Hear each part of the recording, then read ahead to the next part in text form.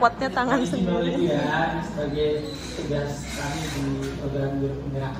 Bismillahirrahmanirrahim. Assalamualaikum warahmatullahi wabarakatuh. Pertama-tama saya mengucapkan terima kasih kepada kepala sekolah atas kesempatannya, waktunya diberikan kepada kami untuk mendiseminasikan terkait apa yang sudah kami pelajari di program Guru Penggerak, yaitu budaya positif. Di sini saya tidak sendiri, ada dua rekan saya, ada Bu Neneng dan Bu Yuliana Najaya yang merupakan calon guru penggerak dari SMA Negeri Bekasi. Langsung saja ya, saya akan mulai. Bismillahirrahmanirrahim.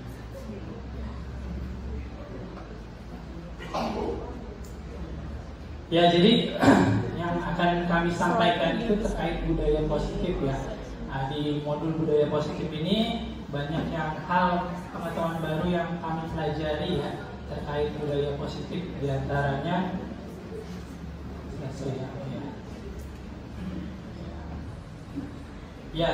diantaranya yang pertama itu perubahan paradigma belajar, disiplin positif, motivasi perilaku manusia, kebutuhan dasar manusia, posisi kontrol, restitusi, keyakinan kelas, dan segitiga restitusi. Mungkin nanti kita bertiga akan berbagi ya terkait materi-materi yang disampaikan. Mungkin pertama dari saya akan menyampaikan terkait dengan perubahan paradigma belajar. Nah, sebelumnya saya ingin melakukan pertanyaan pemantik ini ya pada guru, tidak hanya sebagai guru kepada siswa. Saya di sini juga akan mengajukan pertanyaan pemantik ya. Jadi di sini ada pertanyaan, apakah baterai pemantik ini ya pada guru, tidak hanya sebagai guru kepada siswa. Saya di sini juga akan mengajukan pertanyaan pemantik ya. Jadi di sini ada pertanyaan, apakah baterai, tapi kenyataannya masih kita laksanakan ya. Mungkin harapannya dengan nanti dijelaskan restitusi sama keyakinan kelas nanti bisa terjawab. Dijelaskan ya. Ada, jadi di program Guru Penggerak itu kami diajarkan berdasarkan dengan filosofi atau refleksi ya, apa yang sudah kita laksanakan apa sesuai dengan teori-teori yang dikemukakan oleh para ahli tersebut. Itu pertanyaan pemantiknya ini tidak benar ya. Yang namanya kritik itu pasti akan membuat orang itu menjadi identitas gagal menurut William Glasser. Terus yang keempat, ilusi bahwa orang dewasa memiliki hak untuk memaksa. Ini terkait dengan termasuk senioritas ya, kita merasa senior, merasa dewasa. Nah, kita punya kekuatan untuk memaksa orang yang sesuai keinginan kita. Padahal menurut William Glasser itu tidak seperti itu ya. Jadi ini teori-teori dari William Glasser yang mengkonsepsi teori dari stimulus respon. Kaitannya nanti dengan budaya positif. Budaya positif kaitannya dengan perilaku manusia ya. Jadi ini kita belajar dulu tentang teori kontrol positif sehingga dapat membentuk karakter baik, kelak dan bermanfaat untuk mereka. Jadi budaya positif ini sangat beriringan dengan filosofi yang artinya belajar. Jadi mungkin ini yang miskonsepsi juga yang harus kita rubah. Jadi yang dimaksud disiplin itu belajar. Jadi sesuatu yang kita lakukan harus sesuai dengan dari dalam diri kita. Fokusnya pada motivasi intrinsik ya, atau motivasi internal. Kenapa? Karena pandang. Jadi seperti kalau dicontohkan, saya datang ke sekolah itu bukan karena keinginan saya sendiri, tapi saya takut ditegur oleh kepala sekolah. Ini motivasi yang pertama ya.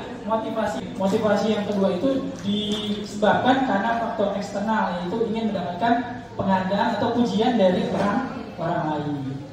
Terus yang ketiga itu motivasi untuk menjadi orang yang mereka inginkan dan menghargai diri sendiri dengan nilai-nilai mereka yang percaya. Jadi yang ketiga ini motivasi perilaku yang disebabkan kalau dari internal mereka sendiri ya. Jadi kalau orang yang punya motivasi seperti ini pasti sebelum melakukan tindakan ada pertanyaan di dalam benaknya, akan menjadi seperti apa apabila saya melakukannya.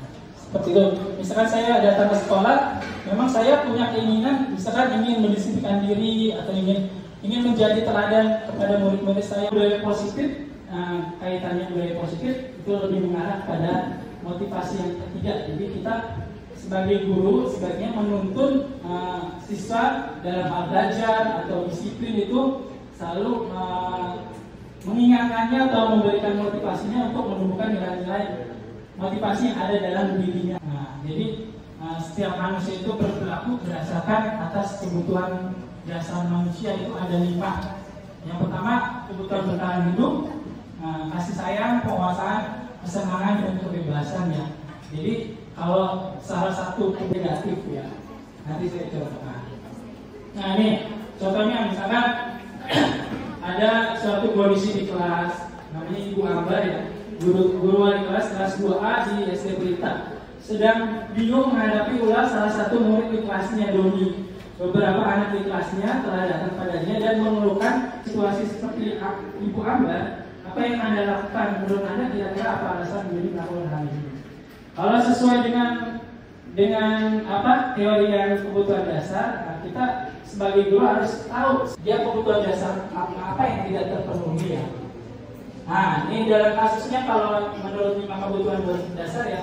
Dalam kasus Doni, apabila jawaban Doni ketika ditanya Ibu Ambar adalah karena ia lapar dan orang tuanya tidak membawakan bekal makan. Jadi kan bertahan hidup ya karena dia lapar ya. Nah, berarti kita harus memenuhi kebutuhan terkait si Doni ini dengan kebutuhan hebat karena temannya jadi takut dia mengambil bekal makanannya, berarti si Doni ini sesuai kebutuhan dasar yang tidak terpenuhi yaitu makanan yang dibawakan ibunya, berarti si Doni ini kebutuhan dasar yang tidak terpenuhinya adalah terkait dengan kebebasan. Ini kebutuhan dasar yang tidak terpenuhi adalah kebutuhan akan kesenangan. Jadi setiap perilaku manusia itu selalu ada kebutuhan dasar yang tidak terpenuhi. Nah, kita sebagai guru harus mengidentifikasi kira-kira apa. Sebenarnya bagus nih posisi kontrol, ada yang mau nyampe?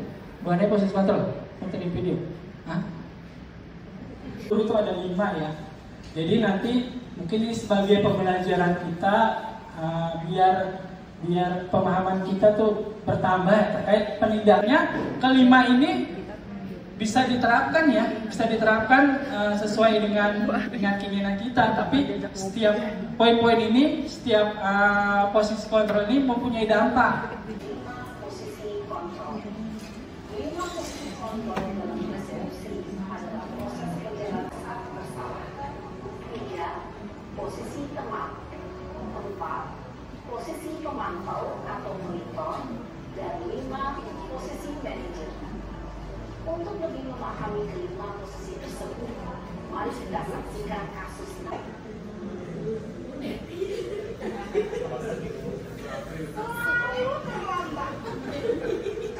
Iya mirip.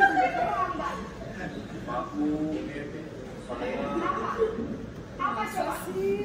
Alasan kamu apa lagi? Iya mak mirip mak. Kapok sih kamu. Sudah berapa kali terlambat? Sana, kamu keliling lapangan basket 2 kali. Kenapa saya harus keliling lapangan basket, Bu? Kenan kelas ini adalah awal kita untuk bisa dekat dengan anak. Ya, sesuai dengan 5 posisi kontrol tadi.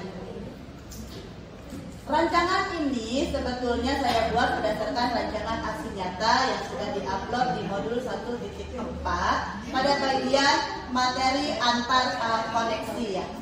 Jadi nanti kalau teman-teman CGP selanjutnya mohon diperhatikan materi-materinya karena itu akan saling berkaitan. Oke, untuk materi di modul 1.4 seperti yang disampaikan Pak Arif itu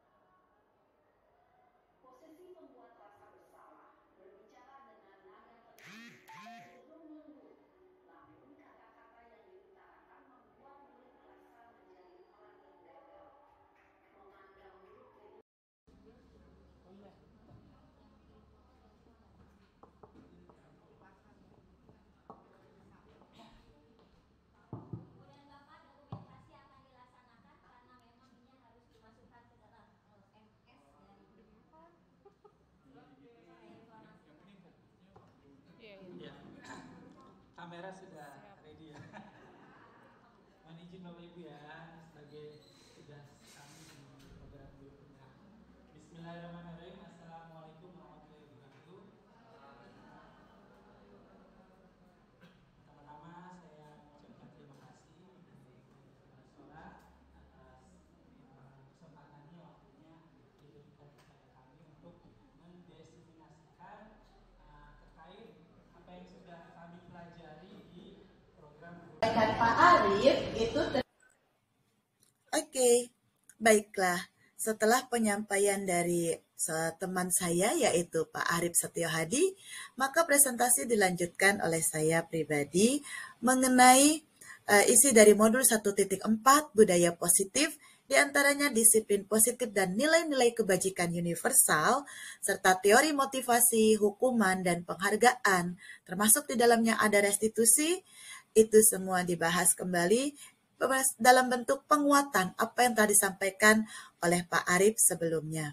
Dan saya lebih menekankan pada pentingnya melakukan keyakinan kelas, karena keyakinan kelas ini adalah modal dasar bagi guru untuk melaksanakan proses pembelajaran di kelas dengan lebih menarik lagi, sehingga pembelajaran yang merdeka bisa dinikmati oleh seluruh siswa di kelas tersebut. Keyakinan kelas ini dibangun berdasarkan kebutuhan dasar manusia dan dunia berkualitas yang ingin diwujudkan oleh masing-masing guru mata pelajaran. Dalam melaksanakan keyakinan kelas juga, saya pun memberikan penekanan dan penguatan pada apa yang telah disampaikan oleh Pak Arif dalam bentuk restitusi 5 posisi kontrol. Juga menjelaskan sedikit mengenai restitusi segitiga restitusi. Pada bagian ini, Ibu Yuliana Hanajaya menekankan kembali bagaimana proses melaksanakan restitusi terkait segitiga restitusi. Saya informasikan. Oke. Berbicara satu sama lain. Di akhir itu akan ditutup dengan restitusi segitiga. Di sini nanti disampaikan oleh Ibu Hana bagaimana setiap tindakan memiliki alasan masing-masing. Jadi berbicara satu sama lain. Seperti itulah gambaran pembagian tugas kami dalam melaksanakan desiminasi modul 1.4 budaya positif kepada rekan-rekan kerja kami di SMA Negeri 4 Cibinong. Pada kesempatan tersebut telah hadir 57 guru yang berasal dari seluruh mata pelajaran yang mengajar baik di tingkat 10 maupun 11 dan 12. Di akhir Perlu itu akan diketahui ditutup dengan kami telah restitusi melaksanakan segitiga. kurikulum Di sini merdeka. nanti disampaikan oleh Keyakinan kelas ini dipilih sebagai pokok dari pemaparan mengenai modul 1.4. Hal ini karena keyakinan kelas bisa dilakukan oleh seluruh guru. Apapun mata pelajarannya, mereka bisa menerapkan ini di kelasnya masing-masing. Dalam pemaparan selanjutnya, saya pun menjelaskan bagaimana cara membuat keyakinan kelas. Mengapa kita harus membuat keyakinan kelas? Bagi para PNS yang bekerja di lingkungan Provinsi Jawa Barat, di mana kami diwajibkan mengisi aktivitas harian pada aplikasi TRK, maka keyakinan kelas ini bisa menjadi salah satu bukti kerja yang dilaksanakan di sekolah pada hari tersebut. yang merupakan dunia imaji yang ingin kita ciptakan. Bapak Ibu nanti di awal modul 1.4 diminta untuk merancang dunia imaji yang dimiliki Bapak Ibu. Pelajaran fisika, mengajar fisika inginnya seperti apa Alifah? Yang merupakan dunia imaji yang ingin kita Agar rekan-rekan kerja saya memahami mengapa sih harus membuat keyakinan kelas, maka saya memberikan sosialisasi mengenai konsep dunia imaji yang perlu dibangun dan diwujudkan oleh mereka. Saya memberikan contoh bagaimana seorang guru fisika membuat dunia imaji terkait dengan mata pelajaran yang diajarkan. Saya pribadi membuat dunia imaji berdasarkan mata pelajaran yang saya ambil, yaitu bahasa Inggris. Saya memiliki impian bahwa siswa-siswa yang saya ajar di SMA Negeri 4 Cibinong ini, setelah mereka lulus nanti, mereka bisa bekerja tidak hanya sebagai interpreter atau penerjemah, tetapi juga bisa bekerja di berbagai bidang menggunakan bahasa Inggris. Bahasa Inggris bisa menjadi modal dasar mereka mendapatkan pekerjaan dan juga pendidikan lanjutan. Saya berharap dengan mereka mengikuti pembelajaran bahasa Inggris, mereka dapat tumbuh menjadi manusia Indonesia yang berkarakter Pancasila, memiliki keterampilan dan sekaligus pengetahuan yang mumpuni dalam pelajaran bahasa Inggris, sehingga mereka bisa berkomunikasi baik dengan orang berbahasa Inggris asli maupun non bahasa Inggris. Pada kesempatan ini juga, saya memberikan pengertian mengenai disiplin positif dan nilai-nilai kebajikan universal, termasuk di dalamnya teori motivasi, hukuman dan penghargaan, serta restitusi. Disiplin sendiri berasal dari bahasa Latin, yaitu disiplina, yang bermakna belajar. Mengapa sih disiplin positif ini perlu disampaikan? Hal ini karena budaya positif itu baru bisa terbentuk apabila ada disiplin positif di dalam lingkungan sekolah. Dengan melaksanakan disiplin positif, maka kita bisa memberikan suasana yang aman, nyaman bagi siswa dalam belajar di ruang kelas maupun di luar kelas. Disiplin positif ini dapat menumbuhkan motivasi intrinsik bagi siswa untuk belajar menurut keyakinan yang dipercayainya. Nilai-nilai kebajikan universal juga disampaikan. Kita mengenal ada banyak sekali nilai-nilai kebajikan universal di sekitar kita yang diajarkan baik oleh orang tua kita maupun guru-guru kita, baik di tingkat dasar maupun menengah, sebelum mereka duduk di bangku menengah atas. Teori motivasi juga disampaikan terkait dengan apa yang telah disampaikan sebelumnya oleh Pak Arif Setio Hadi, di mana teori motivasi ini berdasarkan Diane Gossen, yaitu anak memiliki 3 level motivasi. Motivasi yang pertama adalah motivasi yang paling rendah, di mana anak atau siswa melakukan kegiatan pembelajaran karena mereka merasa tidak nyaman apabila mereka tidak melakukan instruksi yang diberikan oleh guru. Mereka takut mendapatkan hukuman. Motivasi tingkat kedua yaitu motivasi yang agak lebih tinggi dari sebelumnya, di mana siswa menunjukkan prestasinya, katakanlah dalam mata pelajaran bahasa Inggris, karena mereka ingin mendapatkan imbalan ataupun penghargaan. Imbalan atau penghargaan ini bisa berupa pujian maupun hadiah-hadiah kecil.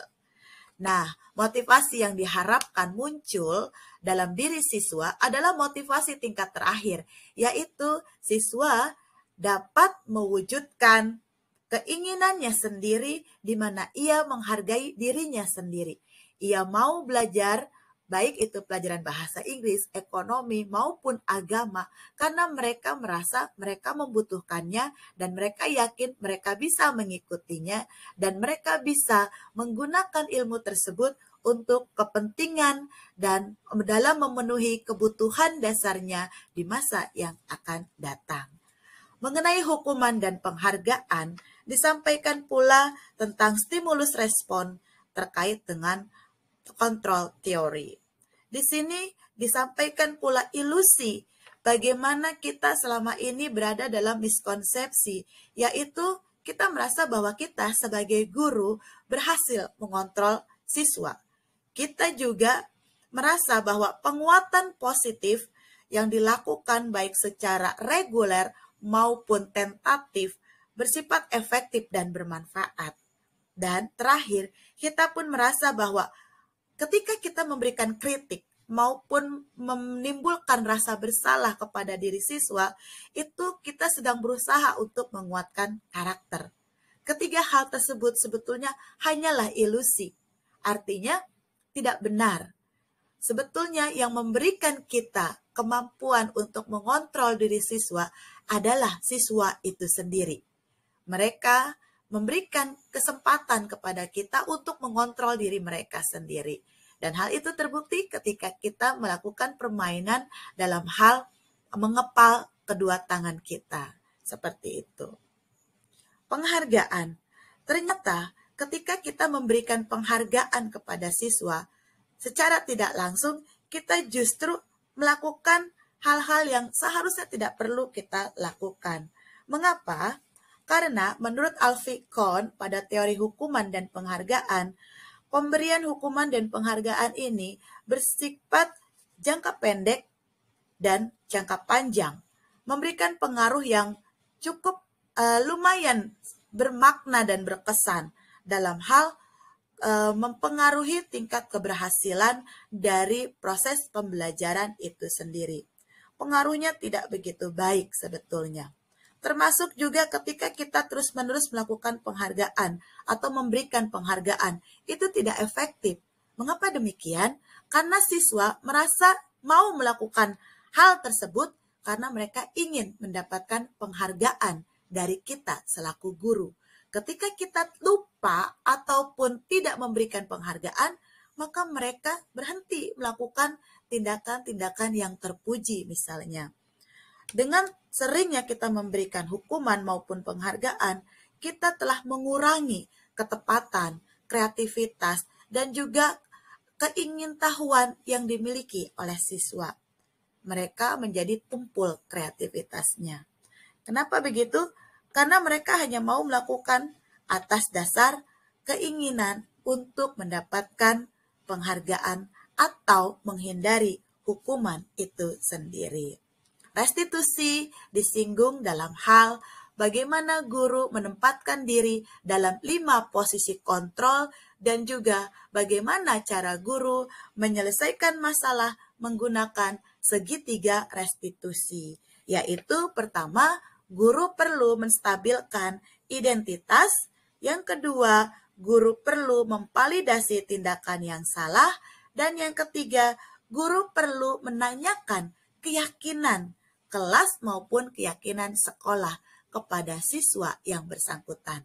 Terkait dengan hal inilah, maka bahasan mengenai keyakinan kelas kembali ditekankan pada kegiatan diseminasi aksi nyata modul 1.4 pada hari Jumat tanggal 6 Januari 2023 di Aula SMA Negeri 4 Cibinong. Inilah teman-teman yang mengikuti kegiatan pada diseminasi aksi nyata modul 1.4. Di antara mereka ada yang menjabat sebagai tim pengembang kurikulum, juga sebagai manajemen sekolah, lalu ada juga guru bimbingan konseling, guru mata pelajaran. Kami semua di sini bersedia hadir karena merasa bahwa materi yang disampaikan memang diperlukan. Semua terbuka menerima apa yang disampaikannya. Hal ini terbukti dari beberapa testimoni yang akan disimak oleh Anda semua di bagian akhir video ini. Lalu ada hukuman dan penghargaan termasuk juga restitusi. Bapak Ibu tadi bilang menjawab bahwa ketika siswa lalu ada hukuman dan penghargaan termasuk juga restitusi. Bapak Ibu tadi bilang menjawab bahwa ketika siswa lalu ada hukuman dan penghargaan termasuk juga restitusi. Bapak Ibu tadi bilang menjawab bahwa ketika siswa lalu ada hukuman dan penghargaan termasuk juga restitusi. Bapak Ibu tadi bilang menjawab bahwa ketika mereka tertib sekali kan, karena di sana nyawa sangat berharga. Kalau di kita walau alam. santai aja gitu. Banyak yang melalui jalan raya tanpa menggunakan helm. Ya polisi capek juga nilang kita juga capek. Sebenarnya buat apa sih kita pakai helm? Gaya-gayaan kah? Karena helmnya mahal, kayak anak kelas saya yang hilang gitu, baru heboh. Sebenarnya mereka tertib sekali kan? Karena di sana nyawa sangat berharga. Kalau di kita Pada bagian walau alam. ini, saya mencoba membuka aja, gitu. cakrawala Banyak yang berpikir melalui rekan-rekan jalan saya raya di tanpa SMA menggunakan Negeri 4 helm. Cibinong terkait Ya, polisi mengapa capek sih juga, kita nilang kita perlu juga capek. melakukan budaya Sebenarnya buat apa sih positif kita pakai dan helm? juga menerapkan Gaya-gayaan kan? keyakinan Karena sekolah. helmnya mahal, kayak anak kelas Saya yang memberikan hilang, gitu, analogi baru heboh. bagaimana Sebenarnya, ketika kita berperilaku tertib sekali, di kan? jalan raya. Karena di sana Ketika nyawa kita sangat menjadi berharga. pengendara Kalau di kita, sepeda, walau misalnya alam. kita menggunakan helm, Santai aja, kita gitu. menggunakan Banyak yang melalui alat-alat jalan raya keselamatan tanpa lainnya, menggunakan kita helm. juga memperhatikan marka Ya, polisi jalan capek juga, nilang dan kita, lain kita juga sebagainya. capek. Bahkan ketika kita Sebenarnya sebagai buat apa sih pengendara, kita pakai helm? Gaya-gayaan pertanyaan-pertanyaan kan? pemantik diberikan Karena kepada helmnya mahal, rekan-rekan kayak anak semua kelas saya yang hilang, agar gitu, mereka baru heboh. merasa Sebenarnya, bahwa apa yang disampaikan itu mereka tertib benar sekali, kan? adanya dan Karena di perlu sana nyawa sangat berharga. Kalau di ditindaklanjuti kita, ataupun walau alam. ditiru. Berikut ini adalah pertanyaan pemantik yang saya berikan pada kesempatan tersebut, yaitu apa saja sih yang perlu diperhatikan di jalan raya bagi pengendara roda 2, pengendara roda 4, dan pejalan kaki? Mengapa mereka perlu memperhatikan hal tersebut? Teman-teman semua antusias, mereka berusaha untuk menjawab pertanyaan yang diberikan. Lalu, bagian berikutnya, barulah saya memberikan penekanan bahwa tujuan peraturan di jalan raya itu sebenarnya adalah karena adanya keinginan untuk selamat.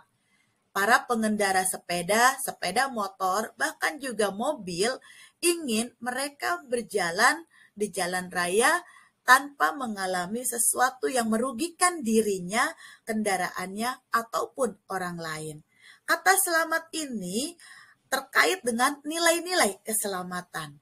Nilai-nilai keselamatan inilah yang menjadi keyakinan bagi seluruh pengguna di jalan raya tersebut.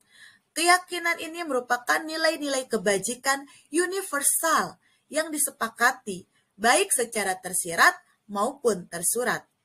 Siapa yang menyepakatinya? Yang menyepakatinya adalah publik, masyarakat umum. Terlepas dari perbedaan adanya latar belakang suku, agama, ras, bahasa, negara, bahkan agama. Artinya, nilai-nilai universal ini berlaku tidak hanya di sekolah saja, tetapi juga di lingkungan negara kita maupun internasional. Bapak Ibu PNS yang harus laporan ke RK. Lalu apa sih manfaat membuat keyakinan kelas? Setiap kali materi disampaikan itu Pada bagian ini saya juga menyampaikan manfaat membuat keyakinan kelas, baik sebagai guru mata pelajaran, sebagai staf kesiswaan, sebagai guru piket, lalu sebagai tim gerakan disiplin sekolah, sekaligus juga bagi rekan-rekan yang sudah berstatus ASN Provinsi Jawa Barat. Intinya, keyakinan kelas ini terkait dengan keinginan kita untuk safe atau aman dan menghindari risiko atau risiko. Keyakinan kelas terkait dengan nilai-nilai kebajikan, yaitu nilai-nilai kebajikan ini menekankan pada keyakinan seseorang. Artinya begini, ketika siswa merasa yakin terhadap nilai-nilai kebajikan tersebut, maka siswa merasa lebih termotivasi untuk melaksanakannya dalam kehidupannya sehari-hari, baik sebagai siswa di sekolah maupun sebagai bagian dari masyarakat di luar sekolah. Motivasi ini muncul dari dalam diri siswa itu sendiri. Artinya nilai-nilai kebajikan ini mendasari keyakinan yang siswa miliki. Keyakinan yang siswa miliki inilah yang menjadi dasar pembentukan keyakinan kelas dan keyakinan sekolah. Ada juga Virtus Project ada juga core values, nilai moral etik, dan juga nilai moral secara umum. Yang intinya sebetulnya cuma dua kata, right or wrong. Kalau kita melakukan itu benar apa enggak sih? Ada juga virtus project, ada juga core values, nilai moral etik, dan juga nilai moral secara umum. Yang intinya Oke, pada bagian ini saya pun menjelaskan berapa jenis nilai-nilai kebajikan. Ada begitu banyak nilai-nilai kebajikan yang kita kenal. Dan Indonesia sendiri melalui kurikulum Merdeka mengadopsi nilai-nilai kebajikan tersebut dalam bentuk profil pelajar Pancasila, di mana seluruh siswa di Indonesia diharapkan memiliki dimensi keimanan ketakwaan, berakhlak mulia, mandiri, bernalar kritis, berkebinekaan global, bergotong royong, dan kreatif. Ini merupakan rangkuman dari seluruh nilai-nilai kebajikan yang berlaku secara universal. Di antara nilai-nilai kebajikan tersebut terkait dengan nilai moral, nilai etis. Seluruhnya bisa disimpulkan hanya dalam dua kata, right or wrong. Ini dia nilai-nilai kebajikan yang saya jelaskan kepada rekan-rekan di SMA Negeri 4 Cibinong. Ada komitmen, belas kasih, percaya diri, bertujuan, tenggang rasa, gotong royong, rendah hati, keteguhan hati, pengertian, ketegasan, dan lain sebagainya. Terkait dengan teori motivasi, seperti yang telah saya sampaikan sebelumnya, inilah yang mendasari apa yang menurut saya sangat penting dalam membuat keyakinan kelas, yaitu kita selaku guru perlu mendorong siswa memiliki motivasi tingkat terakhir, yaitu menjadi orang yang mereka inginkan dan menghargai diri sendiri dengan nilai-nilai yang mereka percaya. Semakin kita memberikan penghargaan, maka siswa tidak lagi mengerjakan Inilah dia bagian dokumentasi mengenai penjelasan teori motivasi. Maka siswa tidak lagi mengerjakan tugasnya karena keinginan pribadi. Makin kita memberikan penghargaan, maka siswa tidak lagi mengerjakan tugasnya karena beberapa rekan guru terkejut ketika mengetahui adanya teori motivasi dan juga penghargaan serta keinginan pribadi. Makin kita memberikan Alhamdulillah, diseminasi ini ternyata mampu membuka cakrawala baru bagi rekan-rekan semua. Saya pun menjelaskan bagaimana tahapan menciptakan keyakinan kelas kepada rekan-rekan semua, jadi mereka bisa melakukannya di kelas mereka masing-masing. Yang pertama dengan melihat kembali daftar nilai kebajikan. Apakah itu yang sudah ada di dalam profil pelajar Pancasila maupun dari lembaga lainnya. Setelah itu menentukan nilai-nilai kebajikan yang ingin dijadikan perhatian utama di sekolah. Lalu melaksanakan curah pendapat dalam kelas, namun kelas itu dibagi dalam beberapa kelompok. Lalu guru menyempurnakan beberapa daftar nilai-nilai kebajikan yang utama. Guru membahas kembali bersama dengan siswa dalam kelompok besar. Kemudian, guru bersama dengan siswa membuat poster atau memuat poster tersebut di seluruh sosial media yang mereka miliki terkait dengan keyakinan sekolah ataupun keyakinan kelas.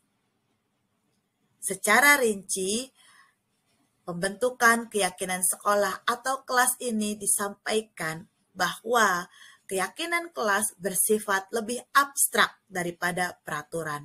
Ini perlu disampaikan agar rekan-rekan guru di SMA Negeri 4 Cibinong menyadari bahwa tata tertib atau peraturan sekolah itu berbeda dengan keyakinan sekolah dalam arti definisi. Kenapa? Karena keyakinan sekolah bersifat abstrak, merupa pernyataan-pernyataan universal, dibuat dalam bentuk kalimat positif, tidak terlalu banyak, agar mudah diingat dan mudah dipahami oleh seluruh warga di kelas maupun di sekolah tersebut. Keyakinan kelas ini dapat diterapkan di lingkungan tersebut. Dan semua warga, baik di kelas maupun di sekolah, dapat ikut berkontribusi dalam membuat keyakinan kelasnya melalui kegiatan curah pendapat. Setelah kegiatan curah pendapat selesai, maka semua bersedia meninjau kembali keyakinan kelas dari waktu ke waktu. Apakah perlu direvisi? Bagian mana yang perlu dipertahankan? Seperti itu.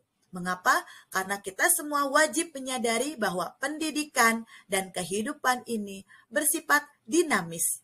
Artinya selalu berlanjut dan berubah. Kita harus bisa mendorong siswa kita untuk mampu beradaptasi dengan lingkungan, dengan teknologi yang ada di sekitar mereka. Dengan begitu, kita mengajarkan mereka sesuai dengan kodrat alam dan kodrat zamannya. Prosedur pembentukan keyakinan sekolah atau kelas pun disampaikan seperti ini, bahwa guru mengajak warga sekolah atau warga kelas melakukan curah pendapat untuk membentuk suatu peraturan. Guru mencatat seluruh masukan-masukan yang diberikan oleh siswa di papan tulis atau kertas besar. Mengapa menggunakan papan tulis atau kertas besar? Ini semua agar apa yang dicatat tersebut mudah dilihat dan dibaca oleh seluruh warga kelas maupun warga sekolah. Lalu guru menyusun kembali keyakinan kelas yang telah ditulis di papan tulis tersebut sesuai prosedur pembentukan keyakinan sekolah atau kelas.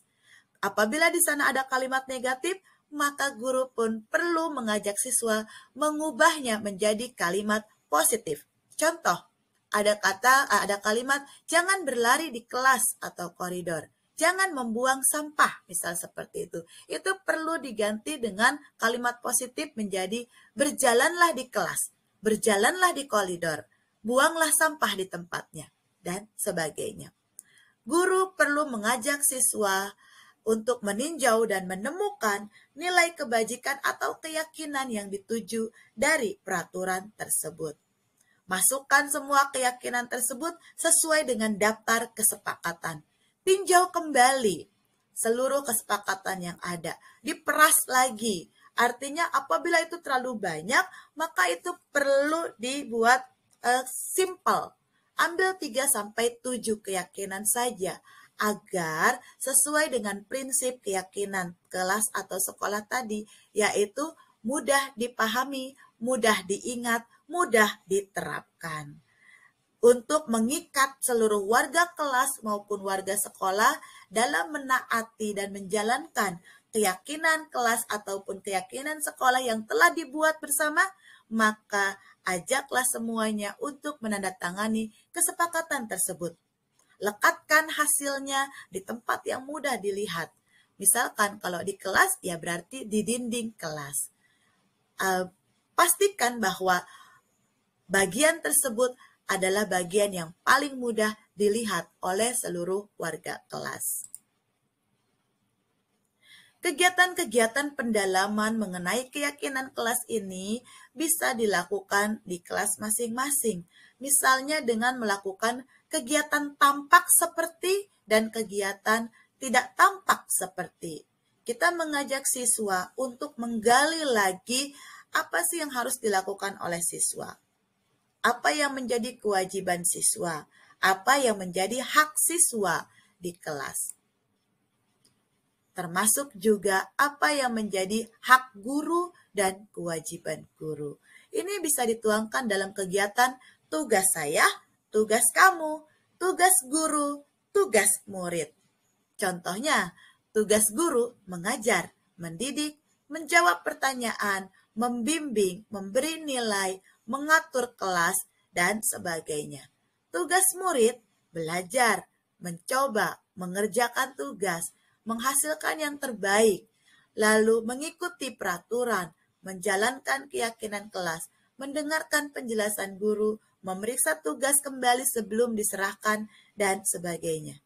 Tugas guru, diantaranya yang bukan tugas guru yaitu menyakiti atau disakiti, memaksa murid untuk belajar, menerapkan barang-barang murid atau merapikan barang-barang murid, menyiapkan makanan atau barang-barang alat tulis. Atau bisa jadi yang lainnya. Ini Bapak Ibu PNS yang harus laporan ke RK, ini bisa kita buat. Gitu loh. Setiap kali materi disampaikan itu materi baru, jangan lupa bikin keyakinan kelas. Seperti itu. Pertama, kita lihat dulu daftar nilai kebajikannya. Yang mau kita ambil apa? Ada banyak banget. Karena kita pakai kurikulum merdeka tentang pentingnya membuat kesepakatan kelas. Karena dari kesepakatan kelas inilah baru kita masuk ke keyakinan kelas. Lanjut, saya juga sudah lakukan di YouTube, sudah saya share. Lumayan juga, itu waktunya nggak lama ke Bapak Ibu. Setiap kali kita mau melaksanakan materi baru, kita bisa buat itu. Kita ajak dulu. Mohon maaf, saya pakainya kelas 12 karena lebih mudah seperti itu.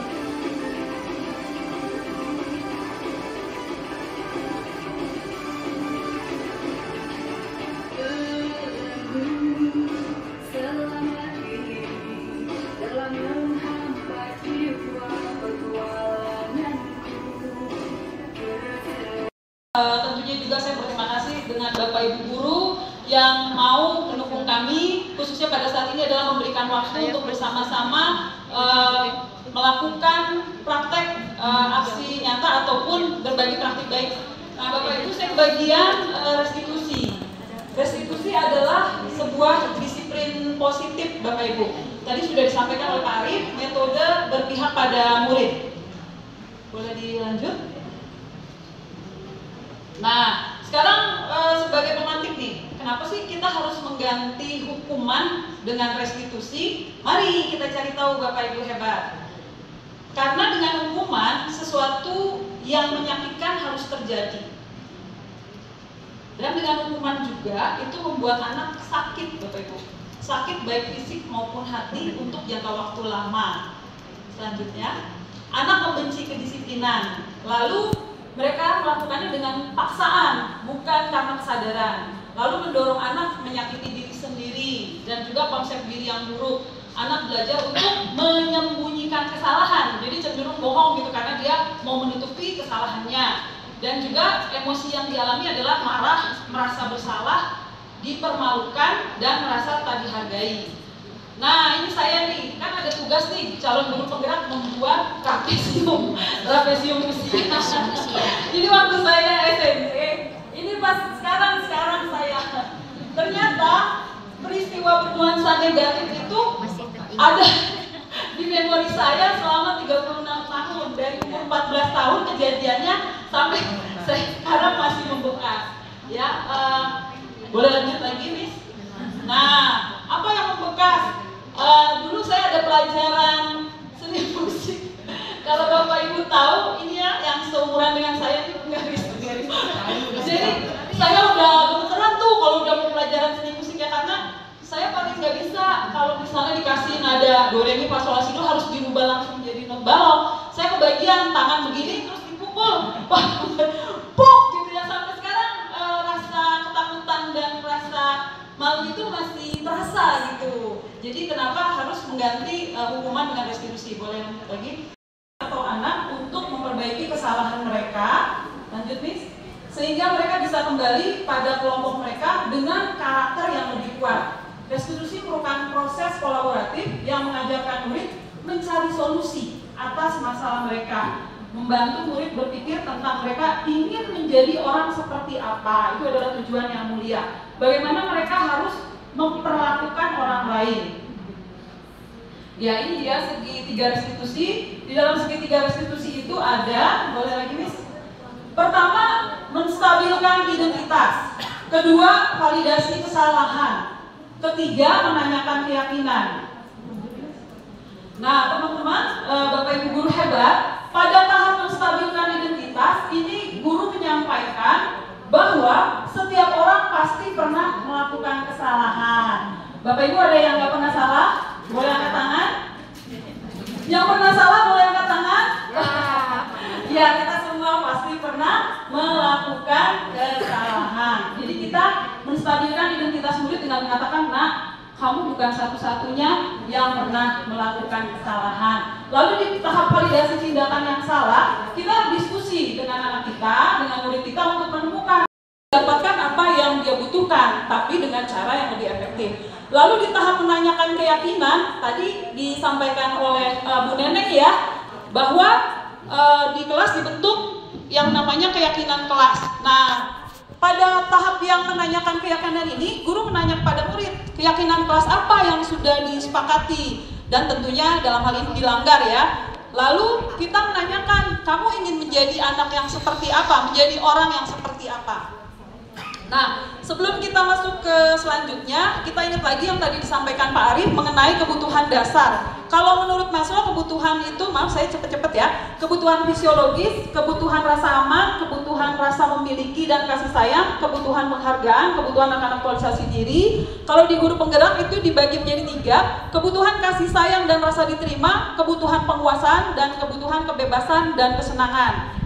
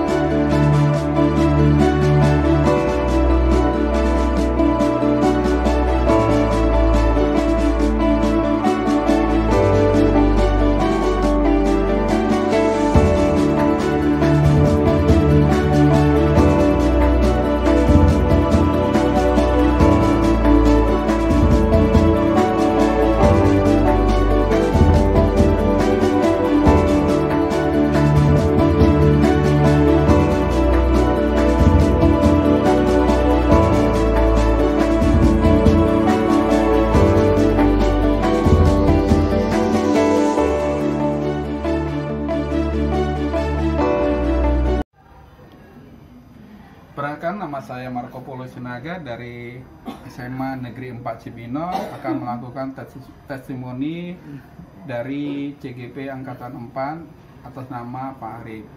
Pak Arif telah melakukan aksi nyata yaitu sosialisasi budaya positif pada tanggal 6 Januari 2023. Penyampaian materi budaya positif oleh Pak Arif sangat luar biasa, sangat jelas, padat, dan kena sasaran kepada guru-guru di SMA Negeri 4 Cibinong, bahwa budaya positif ini salah satu menumbuhkan karakter profil pelajar Pancasila. Di SMA Negeri 4 Cibinong telah ditanamkan kepada siswa, terutama guru-guru di SMA Negeri 4 Cibinong, membudayakan 5S. Sekian dari saya, salam dan bahagia. Assalamualaikum warahmatullahi wabarakatuh. Saya Koharudin, guru SMA Negeri 4 Cibinong. Pada kesempatan ini saya akan memberikan testimoni kepada Pak Arif terkait sosialisasi budaya positif di SMA Negeri 4 Cibinong. Banyak manfaat yang saya dapatkan dari kegiatan ini. Semoga saya bisa menerapkan pada proses belajar mengajar di SMA Negeri 4 Cibinong ini. Sekian, terima kasih. Assalamualaikum warahmatullahi wabarakatuh. Saya Dede Sanjaya, guru SMA Negeri 4 Cibinong. Pada kesempatan kali ini saya akan memberikan testimoni terkait diseminasi budaya positif di SMA Negeri 4 Cibinong yang disampaikan oleh Pak Arif. Menurut saya hal tersebut sangatlah bermanfaat. Banyak hal yang saya dapatkan dan mudah-mudahan bisa bermanfaat untuk kegiatan belajar mengajar yang saya lakukan di sekolah. Terima kasih. Wassalamualaikum warahmatullahi wabarakatuh. Bulatkan tekad, kuatkan hati, negeri ini memanggilmu kawan.